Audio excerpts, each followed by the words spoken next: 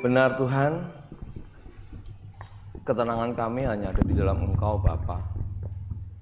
Sama seperti pagi hari ini, kami ada di tempat ini untuk terus belajar menenangkan hati kami hanya di dalam Engkau. Oleh sebab itu Tuhan, biarlah Engkau redakan badai dalam hati kami, dalam pikiran kami, agar kami bisa menangkap firman-Mu untuk kami yang sebentar akan disampaikan oleh hamba-Mu. Terima kasih Bapa, di dalam nama Tuhan Yesus kami berdoa. Amin. Shalom Bapak Ibu Saudara. Happy Sunday semuanya. Welcome home. Senang gak sih welcome home? Datang ke rumah ini kan seneng kan ya? Wah, welcome home, selamat datang di rumah sendiri. Kita akan menikmati bersama berkat firman Tuhan setelah kita memuji dan memuliakan nama Tuhan. Dan saya sungguh sangat terberkati sekali dengan ibadah pagi hari ini. Tim musik yang luar biasa, lagu-lagu yang hebat. Dan saya yakin itu semua membawa iman kita untuk terus dapat bertumbuh ke arah yang benar. Saudara-saudara, mari kita akan merenungkan bersama firman Tuhan pagi hari ini yang berjudul tentang disiplin rohani. Kunci pertumbuhan, disiplin rohani. Tadi Bu Gembala sudah menyampaikan ada disiplin rohani, baca Alkitab, Ulangan pasal berapa hari ini? Saudara-saudara, itu bukan satu langkah yang luar biasa yang diambil oleh gereja saudara untuk membawa saudara kepada pertumbuhan yang tepat, pertumbuhan yang benar. Nah, tema khotbah pagi hari ini disiplin rohani merupakan sebuah kunci pertumbuhan. Kita akan memperhatikan di dalam teks pagi hari ini untuk kita kupas bersama di dalam 1 Timotius pasal yang keempat, ayat yang ke-7 dan ke-8. 1 Timotius 4 ayat yang ke-7 dan yang ke-8. Saya rasa Bapak Ibu Saudara bisa melihat, membaca dengan jelas. Mari kita akan baca bersama-sama ya. 1, 2, 3. Tetapi jauhilah tahayul dan dongeng nenek-nenek tua. Latihlah dirimu beribadah. Latihan badani terbatas gunanya, tetapi ibadah itu berguna dalam segala hal, karena mengandung janji baik untuk hidup ini maupun untuk hidup yang akan datang. Puji nama Tuhan. Berbahagialah kita yang sudah mendengar firman Tuhan, menaruh dalam hati kita dan melakukannya dalam kehidupan sehari-hari kita. Saudara-saudara mungkin pernah mendengar di tahun era 80-90-an saudara, Margaret Thatcher ya. Yang tahu berarti angkatannya sudah sama nih ya. Yang nggak pernah tahu ya itu maklum lah ya. Saudara, Perdana Menteri Inggris yang namanya Margaret Thatcher ini adalah seorang yang gigih, saudara. Dia seorang yang kuat, kokoh gitu ya, kokoh dengan pendiriannya, teguh. Sampai-sampai dunia memberikan julukan kepada wanita ini. Margaret Thatcher ini adalah seorang, nah, sama berarti, ini usianya sama berarti sama yang khotbah ya. Yang enggak tahu sebutannya berarti itu enggak tahu, memang belum angkatannya saudara. Sampai dijuluki wanita besi saudara. Kenapa? Karena saking teguhnya, saking kokohnya, kalau sudah punya pendirian. Sehingga saudara, sampai-sampai satu ketika di dalam sebuah sidang, rekan politiknya itu mendesak dia untuk bisa merubah arah politiknya. Biasa di dalam politik kan sering sekali seperti itu. Udahlah, ngikut aja lah sama pimpinan. Nanti kan karirnya politik itu akan mulus. Udah deh, nurut aja deh. Ayo diubah arahnya saudara. Tetapi yang mengejutkan adalah Margaret Thatcher ini justru mengatakan demikian saudara. Silakan berbalik jika kalian mau. Tetapi aku tidak akan berbalik. Ketika semua orang meminta Margaret Thatcher untuk berbalik arah politiknya, dia hanya mengatakan demikian saudara. Silakan berbalik. Tetapi aku tidak akan berbalik. Saudara-saudara, Demikian juga sebetulnya gambaran jemaat di Efesus, saudara. Jemaat di Efesus saat itu digembalakan oleh Timotius. Prinsipnya tuh mirip-mirip sama dengan Margaret Thatcher, saudara. Sebuah jemaat, sekelompok jemaat yang digembalakan oleh Timotius yang begitu gigih dalam melayani Tuhan. Jemaat Efesus itu begitu kuat melayani Tuhan. Secara doktrin, pengajaran, kehidupan jemaat Efesus adalah sebuah jemaat yang begitu kuat. Sampai-sampai kalau ada orang pengajar sesat, sampai-sampai kalau ada orang-orang yang mengaku, aku rasul loh, jemaat Efesus bisa bedain, saudara. Karunia-nya luar biasa, bisa membedakan mana yang rasul, mana yang bukan, mana yang pendeta, mana yang bukan, mana yang pastor, mana yang bukan. Tahu, saudara. Ini jemaat Efesus, saudara. Begitu hebat dan luar biasa. Maka saudara nggak heran kalau kita lihat di dalam Wahyu pasal yang kedua, 2-3, saudara. Jemaat Efesus ini mendapat pujian dari Tuhan secara langsung, saudara. Coba perhatikan. Aku tahu segala pekerjaanmu, baik jeripayahmu maupun ketekunanmu. Aku tahu bahwa engkau tidak dapat sabar terhadap orang-orang jahat, bahwa engkau telah mencobai mereka yang menyebut dirinya rasul, tetapi yang sebenarnya tidak demikian, bahwa engkau telah mendapati mereka pendusta, dan engkau tetap sabar dan menderita oleh karena namaku, dan engkau tidak mengenal lelah. Siapa mereka? Jemaat di Efesus. Siapa gembalanya? Timotius. Ini hasil penggembalaan yang luar biasa, saudara. Kenapa kok jemaat Efesus ini sampai bisa seperti itu di dalam melayani Tuhan? Nggak mau kompromi dengan doktrin yang salah. Ada pendeta yang ngaco malah dikerjain. Saudara, mengapa bisa demikian? Semua itu tidak lepas dari piawainya Timotius menggembalakan mereka, saudara. Menggembalakan mereka dengan pengajaran yang sehat. Timotius berhasil menjadi pelayan Kristus yang baik. Ini sama seperti yang dituliskan oleh Paulus kepada Timotius di dalam 1 Timotius 4 ayat yang ke-6. Dengan selalu mengingatkan hal-hal itu kepada saudara-saudara kita, engkau akan menjadi seorang pelayan Kristus Yesus apa? Yang baik. Lalu apa? Terdidik dalam soal-soal pokok iman kita dan dalam ajaran sehat yang telah kau ikuti selama ini. Mereka berhasil. Berkat kekompakan mereka, berkat Timotius juga yang terus mengajarkan hal-hal yang benar, saudara. Tetapi menariknya, saudara, dalam ayat yang ke-7, ya, Paulus mengingatkan Timotius agar menjauhi tahayul dan dongeng nenek-nenek tua, dan menasihati agar melatih dirinya untuk ibadah. Kita perhatikan ayat yang ke-7, saudara. Apa kata Paulus di situ pada Timotius? Tetapi jauhilah tahayul dan dongeng nenek-nenek tua, latihlah dirimu beribadah. Nah, yang jadi pertanyaan menarik adalah, ada apa dengan jemaat di Efesus? Ada apa di kota Efesus? Kok sampai-sampai Rasul Paulus itu menuliskan surat demikian kepada Timotius? Ada apa gerangan begitu ya? Ada yang pernah ke Efesus, saudara? Yang pernah ke Efesus angkat tangan? Ke Turki ya? Iya. Karena Efesus dekat Turki, saudara. Nah, kita mau flashback. Kita mau coba menelusuri pagi ini awal khotbah kita mau coba jalan-jalan. Seperti apa sih di Efesus itu? Saya ingin saudara bisa membayangkan kota Efesus itu yang seperti apa, sehingga saudara akan terkoneksi kenapa Rasul Paulus menuliskan hal ini kepada Timotius. Jauhilah tahayul, dongeng nenek-nenek tua, latihlah ibadah. Memang yang suka dongeng kan nenek-nenek ya.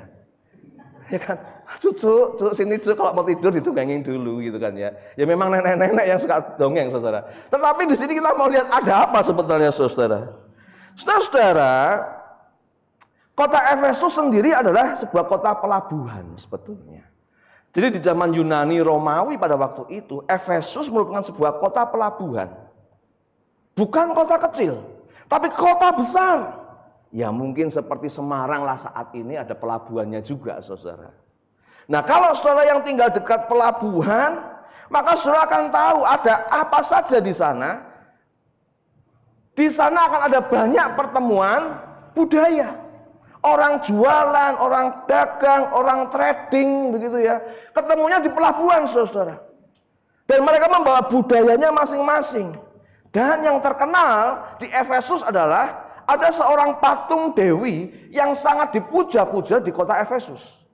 Ada yang tahu namanya siapa? Hah? Astera. Artemis. Wah. Bahasa kerennya Diana. Artemis ini adalah sebuah dewi yang begitu besar, dipuja-puja, saudara. Karena ini Efesus kota pertemuan antar budaya. Maka di Efesus ini juga semua tukang kumpul untuk bekerja, untuk cari duit saudara. Ada tukang jimat, tukang mantra, tukang santet, tukang dukun, semua tukang kumpul di Efesus. Kenapa? Karena di situ ada Artemis. Maka nggak heran saudara, setiap hari setahun sekali di Efesus diadakan musyawarah besar. Para tukang santet, tukang sihir, semua kumpul di situ saudara. Adu ilmu, siapa yang kuat, siapa yang besar, siapa yang dipakai tuan yang paling banyak saudara. Kumpul semua di situ. Hingga satu ketika Paulus datang di Efesus dan mengadakan KKR, kebaktian kebangunan rohani. Ketika belum ada jemaat yang percaya, begitu Paulus masuk mengadakan KKR, saat itu juga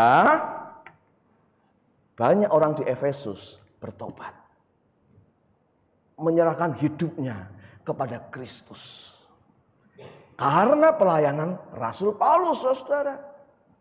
Dan menurut sumber yang terpercaya yang saya temukan hari ini adalah sebagai bukti pertobatan mereka, mereka menyerahkan semua kitab sihir mereka, kitab santet mereka, kitab jampi-jampi mereka. Mereka persembahkan, bukan dipersembahkan pada Tuhan, tapi persembahkan pada api untuk dibakar.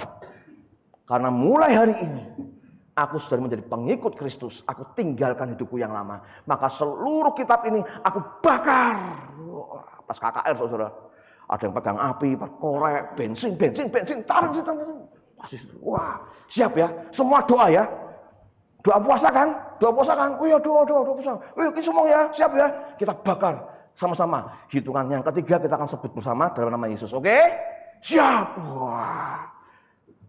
1, 2, 3 dalam nama Yesus. Wah. Kitabnya terbakar semua, saudara. Dan saudara tahu nilai kitab itu berapa? Menurut sumber yang terpercaya, nilai kitab-kitab sihir itu adalah 50.000 keping perak. 50.000 keping perak. Ada yang buka toko perak di sini? Angkat tangan. Wah, toko emas semua ya. Amin, saudara. Gak ada toko perak, ya sudah, saya coba cari aja deh. Harga perak 1 gram itu berapa sih? Nah ketika saya cek itu 1 gramnya itu ada 28.000 apa ya, 1 gram perak saudara. Nah ketika saya coba searching lagi 50.000 uang keping perak ini berapa sebetulnya? Kalau 1 keping peraknya 1 gram aja saudara, itu bisa 28.000 1 gram. Nah kalau 50.000 berapa totalnya? 1/4 M. Mereka bakar, begitu saudara. Dan akibatnya apa? Terjadi huru hara di Efesus. Maka ada seorang tukang perak yang nggak terima. Karena gara-gara banyak orang bertobat ikut Yesus, maka pendapatannya turun. Namanya Demetrius, saudara. Dan mereka mulai demo dengan cara memuja-muji Dewi Artemis. Selama 2 jam mereka berteriak-teriak tanpa henti. Coba saudara, kalau pendeta saudara khotbah 30 menit, saudara sudah rasanya tengok-tengok belakang aja. Jamnya di mana sih jam sana? Kapan ini mandek ya? Yo. Tapi ini orang-orang di Efesus 2 jam. Saudara mending masih duduk, saudara. Ini 2 jam berdiri teriak-teriak, hidup Artemis gitu terus, saudara 2 jam nggak berhenti. Dan mulai saat itu jemaat di Efesus mulai menghadapi tekanan kehidupan. Nah, saudara, kalau kita melihat latar belakang kota Efesus yang sedemikian, menjadi pusat pertemuan banyak budaya di dunia, dengan membawa masing-masing cerita tahayul mereka, cerita dongeng-dongeng mereka, maka jadi bermacam-macam suku bangsa kumpul di situ, saudara. Jadi sudah mulai tahu kenapa Rasul Paulus menuliskan jauhilah tahayul dan dongeng-dongeng. Karena tahayul-tahayul yang tersebar pada waktu itu, dongeng-dongeng yang kondang di zaman Timotius diminta menggembalakan jemaat di Efesus, itu bisa menjadi sebuah ancaman yang berat, ancaman yang besar yang akan dihadapi oleh jemaat di Efesus, saudara. Makanya ajaran sesat ini bisa masuk ke dalam pengajaran suci, pengajaran benar kalau tidak diwaspadai, saudara. Makanya Paulus menyebutnya mitos. Jauhilah mitos dan silsilah yang tiada putus-putusnya. Wah, kalau saudara perhatikan dalam 1 Timotius 1 ayat yang keempat, Paulus sudah wanti-wanti, jauhilah mitos. Dan urusan silsilah, ini anak siapa, ini keturunan raja keberapa, ini pangeran keberapa, ini sultan keberapa, jauhilah itu. Paulus mengatakan pada Timotius. Karena itu tidak membangun iman dan hanya memicu perdebatan saja. Itu ancaman yang pertama yang dihadapi oleh jemaat di Efesus, saudara. Lalu belum lagi ancaman tentang legalisme rohani. Wah, saudara. Makanya kalau saudara perhatikan di dalam pasal yang keempat, ayat 1 yang sampai ke-5, itu Paulus menjelaskan bahwa ajaran legalisme rohani ini mengecam pengajar yang melarang kawin. Kalau kamu mau masuk surga, kamu harus jaga kesucian. Dan kamu jangan kawin. Karena bagi mereka, kawin atau ada hubungan seks itu adalah dosa. Ini jelas pengajaran sesat. Seks menjadi dosa kalau itu dilakukan di luar nikah, tanpa pengkudusan, tanpa pemberkatan nikah. Itu memang berdosa, saudara. Tapi sebagai suami istri yang sah, seks bukan dosa. Itu adalah berkat Tuhan. Tapi pengajar-pengajar pada zaman Timotius mengatakan seks itu dosa. Makanya jangan kawin kalau kamu mau masuk surga. Belum lagi mereka mengatakan jangan makan sembarangan loh ya. Seenak-enaknya samcan jangan kamu makan. Kamu paling doyan sate babi kan, grobios kan, nasi goreng kasih grobios. Enak kan grobiosnya itu kan? Jangan, itu haram. Itu pun sudah masuk ke dalam jemaat di Efesus, saudara. Makanya Paulus mengatakan itu ribet banget sih ya. Semua binatang, semua hewan itu nggak ada yang haram. Semua makanan bisa dimakan dengan ucapan syukur kepada Tuhan. Tapi akibat itu, saudara, banyak jemaat di Efesus mulai goyah, mulai goncang karena pengajaran sesat ini, saudara. Dan bahaya bagi jemaat, Paulus menganggap ini serius. Dia menyebut pengajaran itu bersumber dari roh-roh penyesat. Pasal yang keempat ayat yang ke-1. Ini bersumber dari roh-roh penyesat. Dan Timotius harus melawan ajaran yang tampak super rohani. yang sebenarnya menggeser Injil dan merusak iman jemaat. Sebelum saya lanjutkan, Bapak Ibu Saudara, mohon maaf, ini timer di tab saya hilang. Jadi seperti yang saya sudah sampaikan ke Pak Bambang dan Bu Kanti, kalau waktu saya sudah habis, tolong otomatis pemain musik maju ke depan aja ya. Saya nggak tahu, sudah saya pencet ini kok hilang, saya bingung sampai saudara. Ya, kalau waktu saya sudah habis, otomatis saudara nggak apa-apa, saya kasih otoritas masuk ke depan untuk menghentikan saya berkhotbah, saudara ya. Saudara,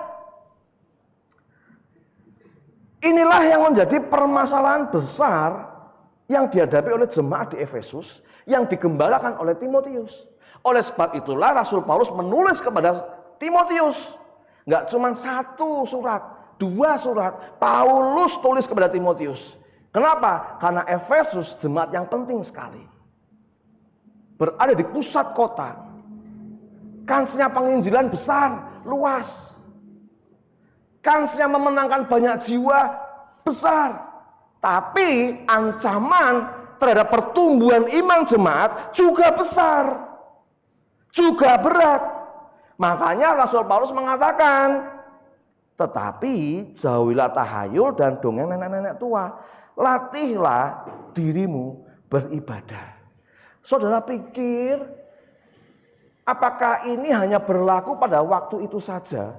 Di mana semua orang gampang dibodohi dengan tahayul dan dongeng. Saudara mungkin sudah sempat membaca berita beberapa waktu yang lalu ada seorang wanita kasus penipuan. Menipu bosnya sendiri, saudara. Ini perempuan dari Surabaya, saudara. Menipu bosnya sendiri sampai bosnya ketipu 6,3 M. Baru nih kasusnya, saudara. Bosnya ketipu 6,3 M. Ketipunya gara-gara apa? Ini karyawannya ngaku bisa ketemu sama Dewa, punya nomor HP-nya Dewa. Sehingga dengan modal 4 HP, modal 4 HP, wanita ini kirim ke nomor yang satunya, tunjukkan, ini Dewa A lagi butuh duit ini.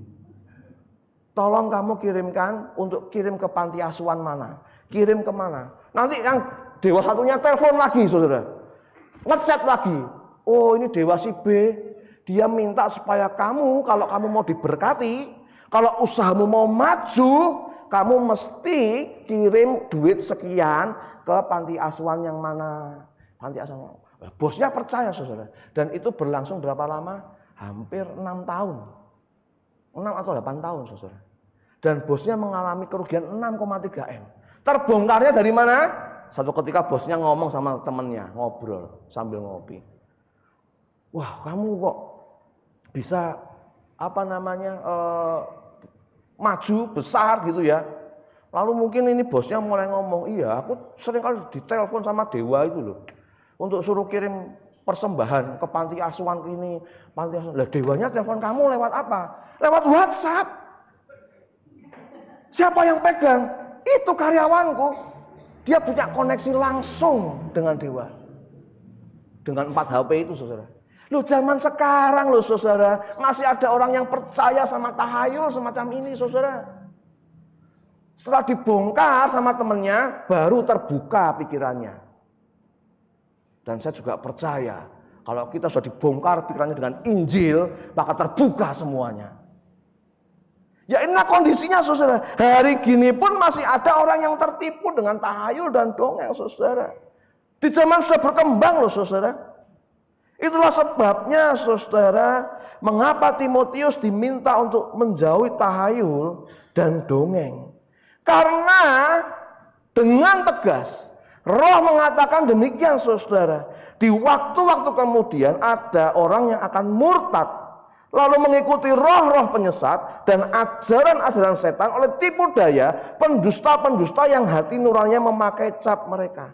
Di waktu-waktu kemudian itu nggak berbicara hanya sekedar setahun 2 tahun lagi gitu ya, nggak berbicara tentang nanti 10 tahun lagi ya, 20 tahun lagi ya, enggak, saudara. Waktu-waktu kemudian ini berarti waktu yang jangka panjang sekalipun itu nanti akan ada orang yang murtad, mengikuti roh-roh penyesat dan ajaran-ajaran setan. Mereka menjadi murtad karena penyesat ajaran setan, tipu daya, pendusta yang tidak dilawan oleh banyak orang percaya. Tidak hanya di masa Paulus, hari ini pun surat Timotius itu juga masih berlaku, saudara. Hati-hati, kalau ada pengajaran sesat, ada pengajaran masuk dalam hal ke gereja, roh-roh penyesat, ajaran setan itu membuat murtad banyak orang. Nah, kalau tadi kita lihat, Paulus di awal-awal pasal yang keempat mengatakan, orang-orang ini punya pandangan, nggak boleh kawin kalau mau selamat. Punya pandangan kalau mau selamat ya makan makanan itu yang halal, jangan yang haram. Tapi semakin kesini tahayulnya, dongengnya semakin banyak, saudara. Ada yang bisa ngomong, wah saya ini kalau Sabtu saya naik ke surga loh. Naik turun surga, ada konferensi di sana sama Tuhan. Maka Tuhan ngomong berbicara apa? Itu yang saya sampaikan pagi hari ini, saudara. Jadi kalau saya khotbah hari ini, karena semalam saya sudah naik sampai ke surga. Percaya, saudara? Hah? Enggak ya? Enggak ada tampang ke surga ya? Saudara, tapi ini tahayul yang sedang ada hari-hari ini, saudara. Ada orang yang mengaku bisa naik turun surga, tanya Tuhan, firman-Nya apa. Makanya waktu kemarin saya sempat diminta khotbah di satu gereja yang lain, saudara. Saya ngomong-ngomong sama sebelahnya, yang tamu, yang jemaat yang mendampingi saya. Kemarin ada pendeta besar khotbah di sini, Pak. Terus marah-marah, Pak, pas hariannya. Kenapa? Karena PowerPoint-nya nggak jalan. Dia nggak sesuai, dia marah. Ya saya cuma bisa dalam hati ngomong, lah wong PowerPoint aja baru sampai tadi pagi kok. Biasa orang-orang yang seperti itu, wah menunggu jawaban Roh Kudus ini ada apa, perubahan apa ini, perubahan apa. Akhirnya gara-gara itu nggak jalan, pelayannya jadi marah-marah, saudara. Nah inilah saudara, bisa juga itu terjadi hari-hari ini. Belum lagi dulu mungkin ada yang pernah mendengar dongeng atau tahayul. Besok kalau Tuhan Yesus datang yang kedua, dia akan turun di mana? Hah? Awan-awan, oke. Waktu turun sampai ke bumi, turunnya di mana? Papua, men. Loh, nggak pernah dengar ya? Itu dari gereja besar itu. Makanya mereka ada program. Nanti itu kalau Tuhan datang dari Papua, lalu jalan ke Yerusalem. Makanya sebelum sampai Yerusalem dikasih karpet merah. Dari Papua sampai Yerusalem ditarik garis. Ini karpet merahnya lewat bangsa-bangsa mana aja nih. Negara-negara mana? Oh ini Tuhan Yesus dari Papua jalan ke Yerusalem. Lewatnya sini. Oke, mulai sekarang kita bermisi. Menembus dunia internasional. Kita datangi negara-negara yang dilalui karpet merah ini. Pernah dengar ya? Enggak ya? Semoga pernah dengar, saudara. Aman ya? Ini tahayul, saudara. Dan kalau tidak diatasi, ini bahaya sekali, saudara. Belum lagi tahayul yang pernah saya juga dengar. Kalau kamu enggak pelayanan, David, maka semua berkatmu akan diambil. Tahayul lagi, dongeng lagi.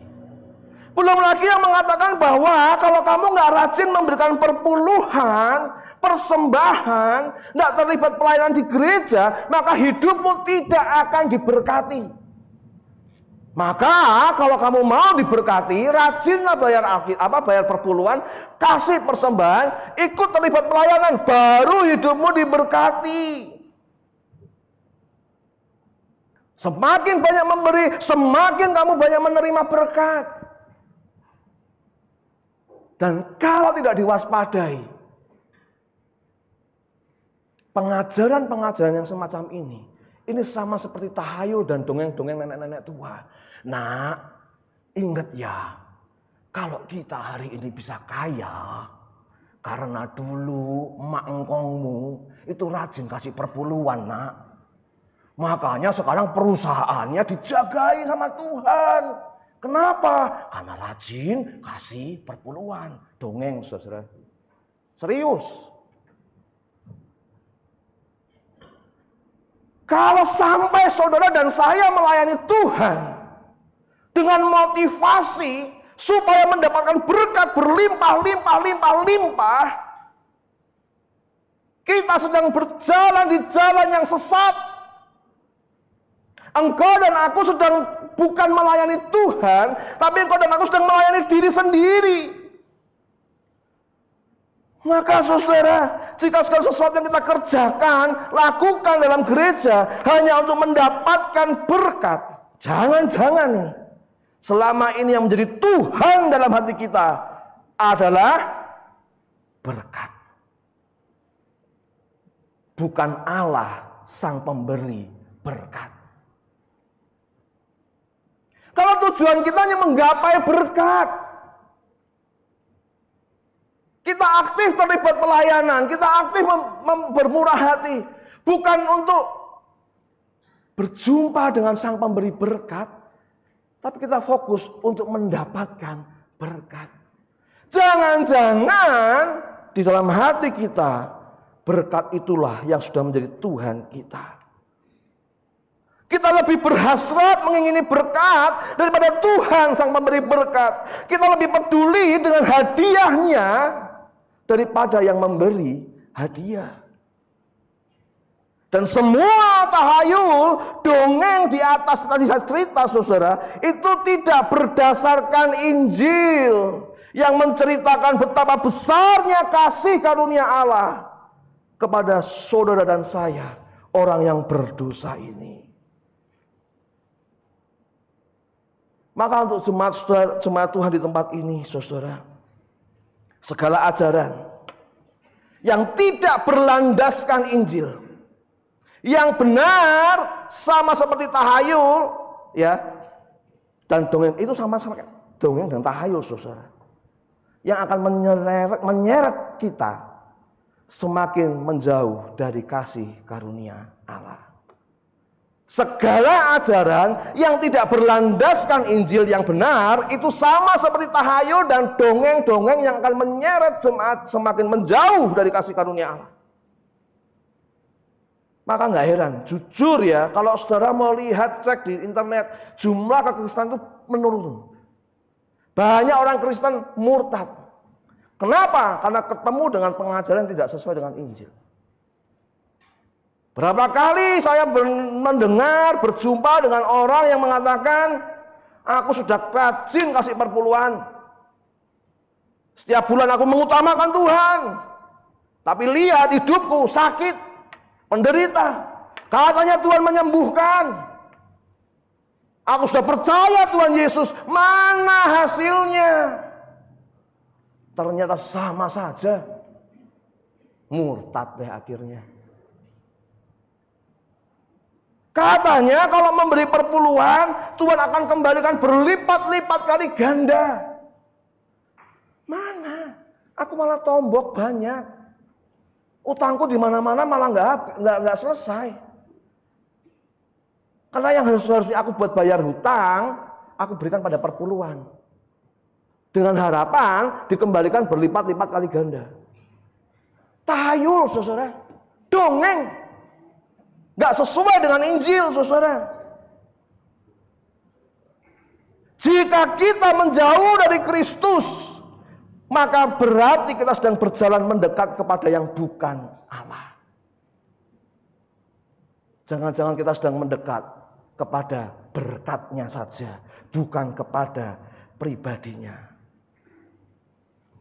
Kalau sudah demikian, lalu apa yang harus kita kerjakan, lakukan, agar kita bisa menjauh dari segala tahayul dan dongeng yang menjauhkan kita dari kasih Kristus? Maka Paulus mengingatkan kepada Timotius, apa? Latihlah dirimu beribadah. Untuk menjauhi tahayul, dongeng-dongeng, pengajaran sesat yang berasal dari roh-roh penyesat, setan-setan, bukan terus kita menjauh ibadah, saudara.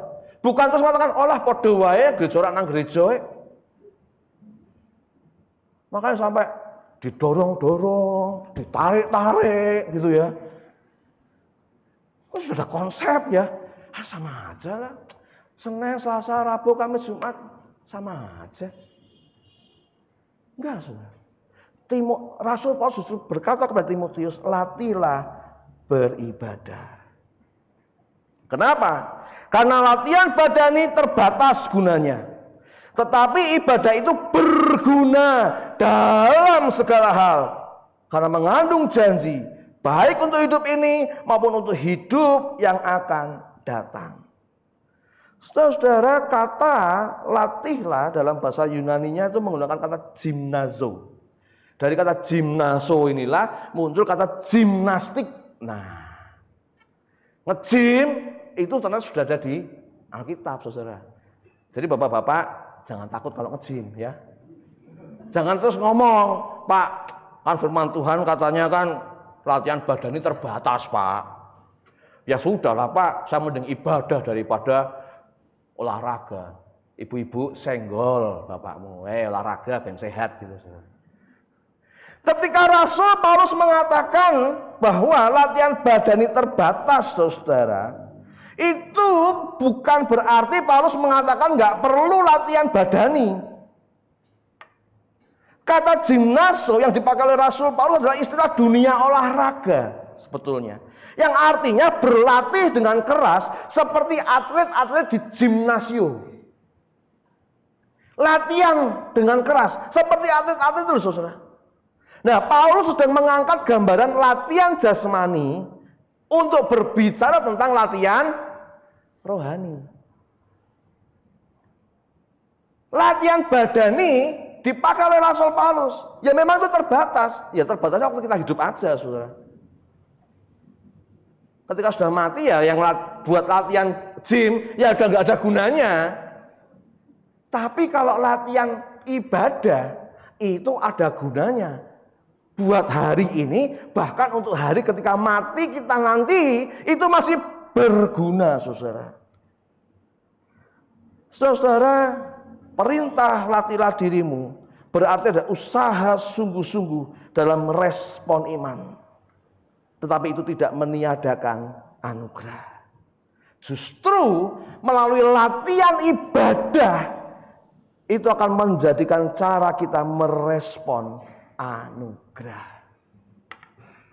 Melalui ibadah itulah cara kita merespon anugerah. Lalu apa saja latihan ibadah itu? Saya yakin percaya Gereja Baptis Bulu kalau masalah latihan ibadah, saya yakin nomor 1, tiada duanya. Karena jemaat ini didirikan dengan visi yang jelas tentang bagaimana jemaat memahami benar-benar berita Injil. Makanya ada baca renungan, baca Alkitab sampai ulangan pasal berapa. Itu semua merupakan sebuah latihan ibadah, saudara. Kita mulai latihan doa pribadi secara teratur. Ada adoration, ada pujian, ada pengakuan dosa, ada ucapan syukur, permohonan. Tadi bagus loh, saya dengar doanya Ibu Gembala Saudara situ sampai mangguk-mangguk, benar Tuhan, ampuni aku Tuhan. Aku ini manusia berdosa Tuhan. Ini latihan ibadah nih, latihan ibadah, saudara. Mulai dari doa, mengakui dosa. Coba saudara ngaku dosanya kapan? Jangan bilang kalau cuma hari Minggu aja loh ya. Itu saja kalau dipimpin sama Ibu Gembala. Mari kita mengaku dosa. Di rumah, wah udah lupa dosa itu apa ya. Saudara, kita perlu latihan ibadah itu setiap hari. Enggak cuma seminggu sekali. Latihan melalui ibadah raya, latihan melalui komsel loh. Komsel itu juga latihan ibadah loh, saudara. Komsel itu latihan ibadah. Bagaimana ketika hujan lebat, gitu ya? Wah, udah nih rasa mangkat ah. Latihannya kurang keras, saudara. Hujan, wah ini karena latihan ibadah untuk melatih imanku bertumbuh. Aku tetap berangkat. Waktu zaman pramuka aja, hujan badai, panas aja tetap jalan kok. Masa komsel kok enggak? Kan gitu, saudara. Ya kan, dulu waktu ikut pramuka siapa katakan? Wah kan ada lagunya tuh, wow, maupun hujan, kamu apa, kau tetap berangkat pramuka. Nah sekarang Komsel juga sama, saudara.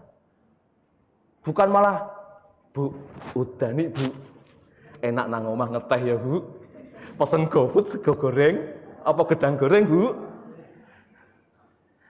Saudara, jangan menghindari latihan ibadah, saudara.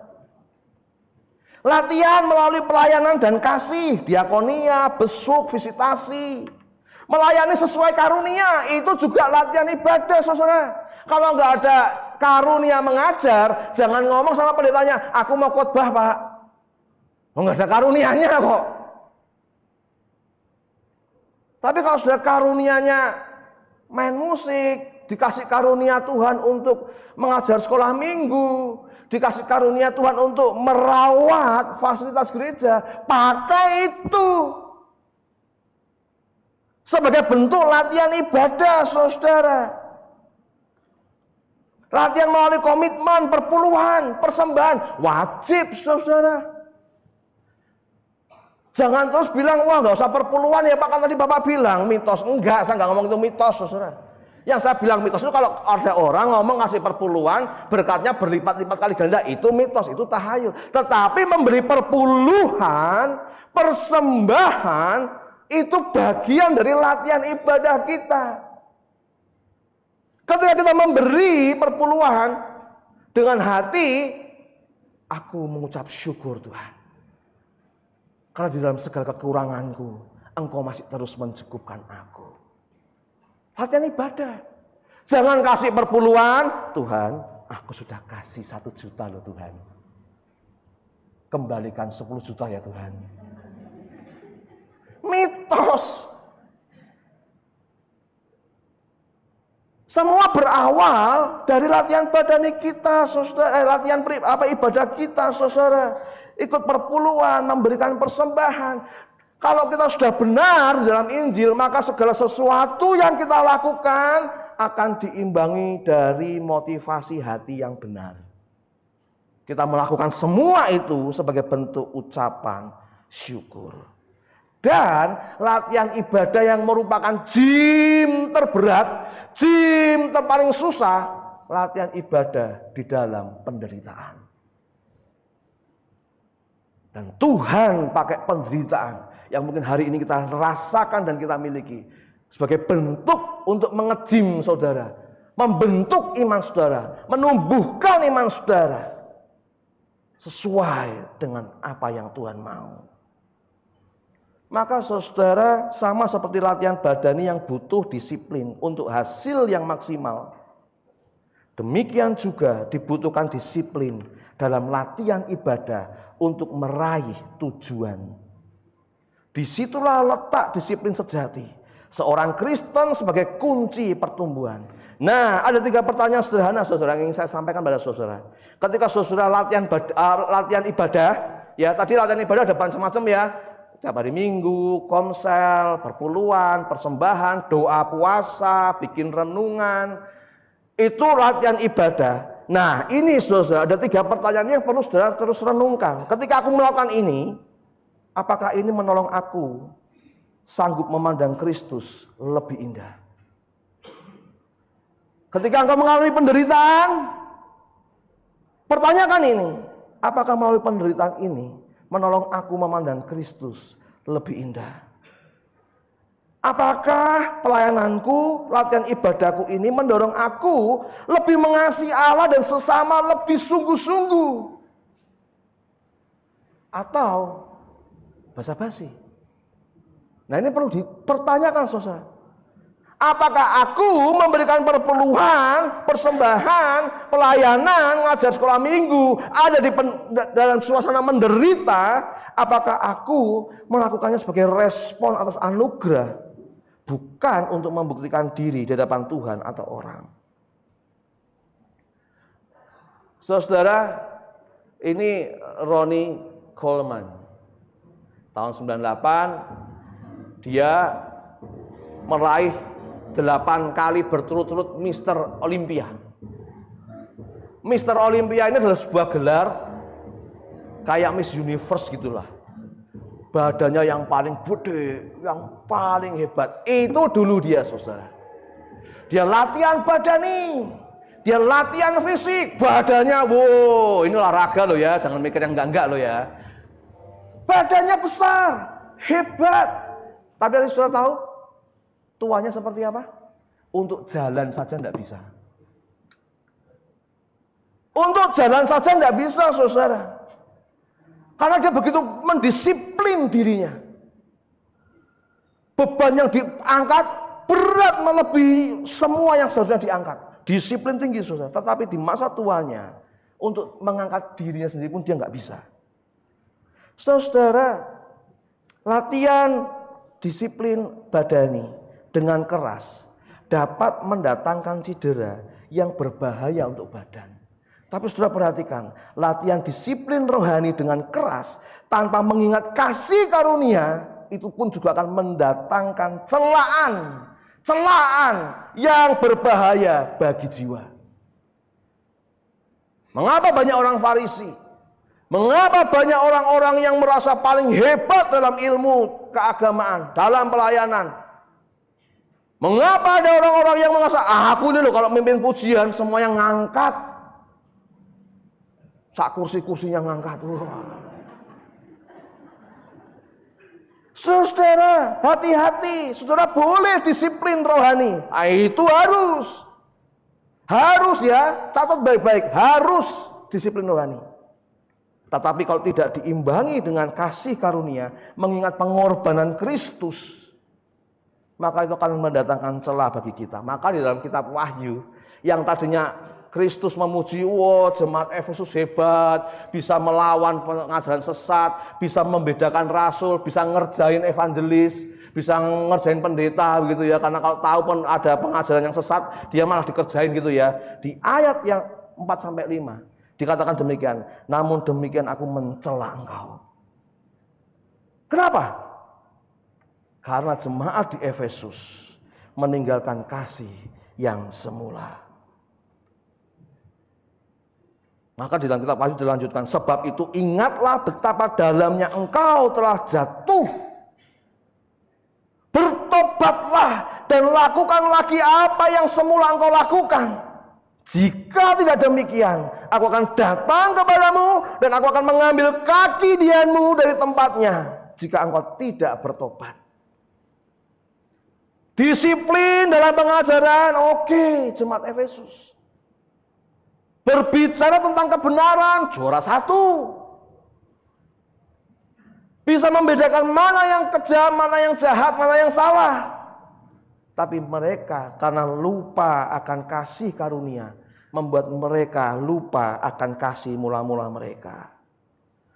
Jemaat Efesus mengerti doktrin yang benar, pengajaran yang sehat.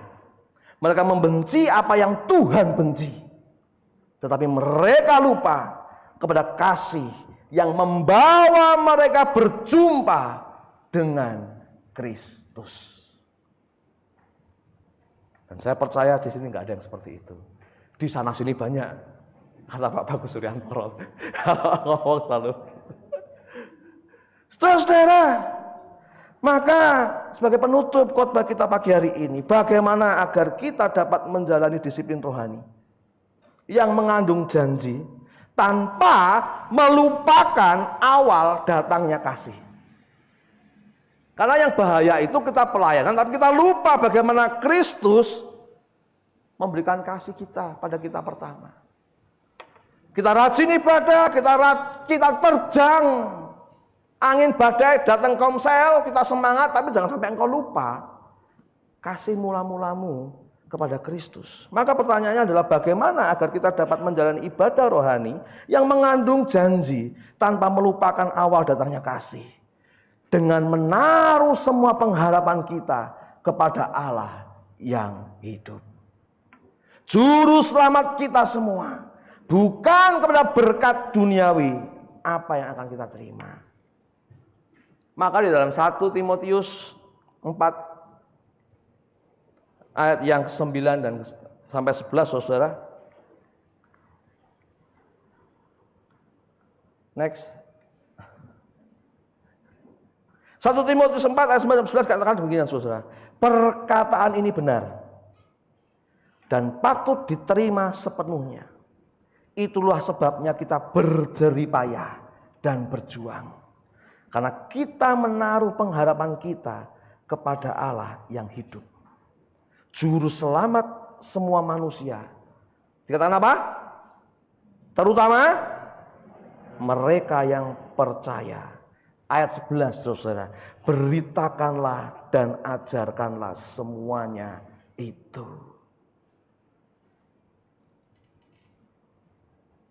Allah Juru Selamat semua manusia. Amin. Saya percaya. Tetapi firman Tuhan katakan terutama mereka yang percaya. Beritakanlah itu, ajarkanlah itu. Maka saudara sekali lagi ini Efesus ini jemaat Efesus itu jemaat yang istimewa banget. Di kitab Wahyu disebut, Rasul Paulus nulis kepada jemaat Efesus juga. Menulis surat Timotius juga yang menggambarkan di Efesus. Maka Efesus 1 ayat 4-8 katakan apa saudara? Sebab di dalam Dia Allah telah apa? Kapan? Sebelum dunia dijadikan saudara. Jadi hari ini kalau engkau bisa selamat, kalau kita ini bisa percaya kepada Kristus, kita adalah manusia yang berdosa, yang gak ada baik-baiknya sama sekali, bisa bertobat, terima Yesus, itu karena Allah sudah memilih kita sebelum dunia dijadikan, supaya kita kudus dan tak bercacat di hadapannya. Saya tanya hari ini, siapa yang berani ngomong, bangun tidur aku sudah kudus, seharian bisa kudus? Adakah? Saudara itu loh, keluar dari rumah, ngelihat mobil tetangga baru, mulai mikir, mobilnya nyari korupsi mesti ini. Itu loh sudah tidak kudus, saudara.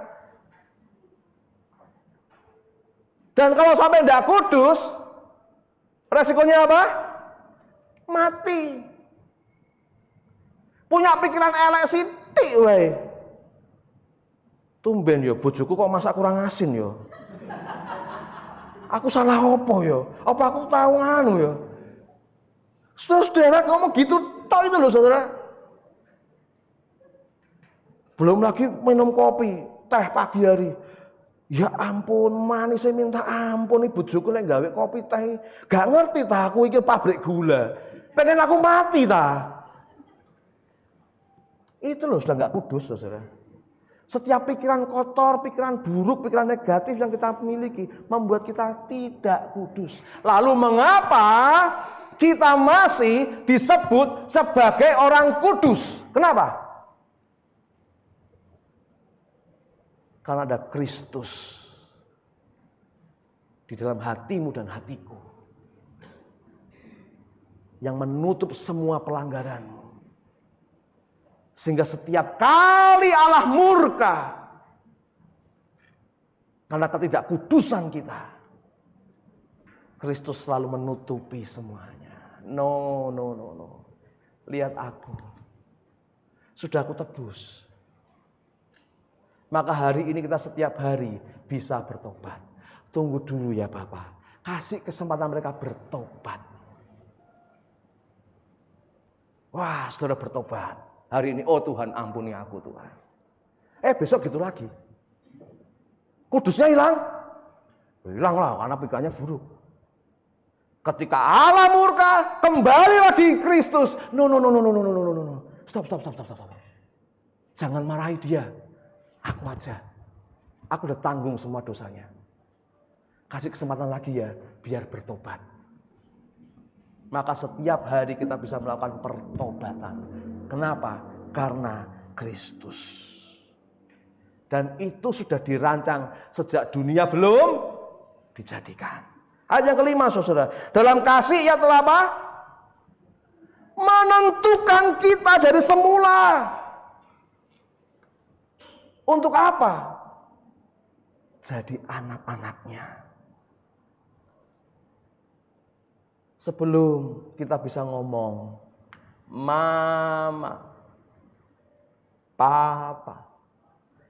Sebelum kita bisa ngomong ayah, bunda, sebelum kita bisa menyebut Yesus, Dia sudah memilih kita menjadi anaknya.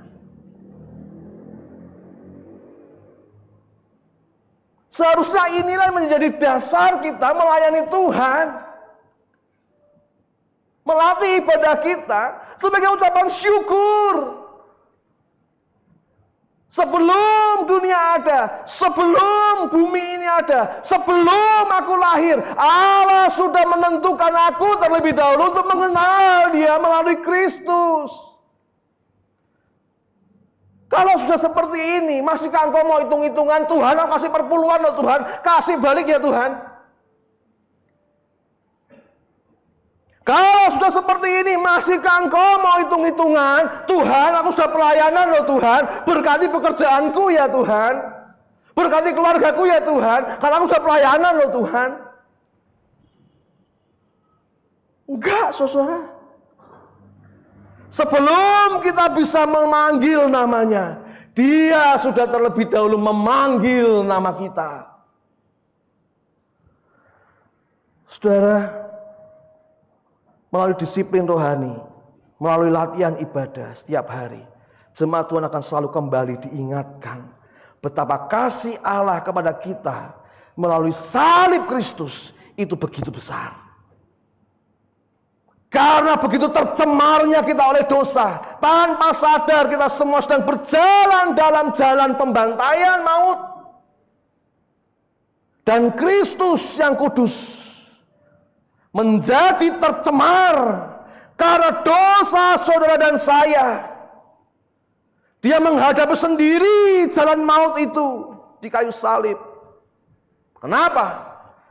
Supaya engkau dan aku tidak berjalan menuju api maut.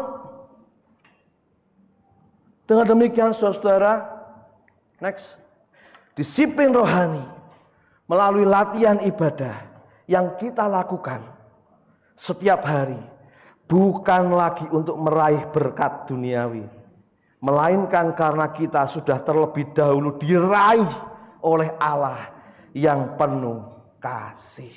Amin, saudara. Disiplin rohani melalui latihan ibadah yang kita lakukan setiap hari bukan lagi untuk meraih berkat duniawi, melainkan karena kita sudah terlebih dahulu diraih oleh Allah yang penuh kasih untuk diberkati.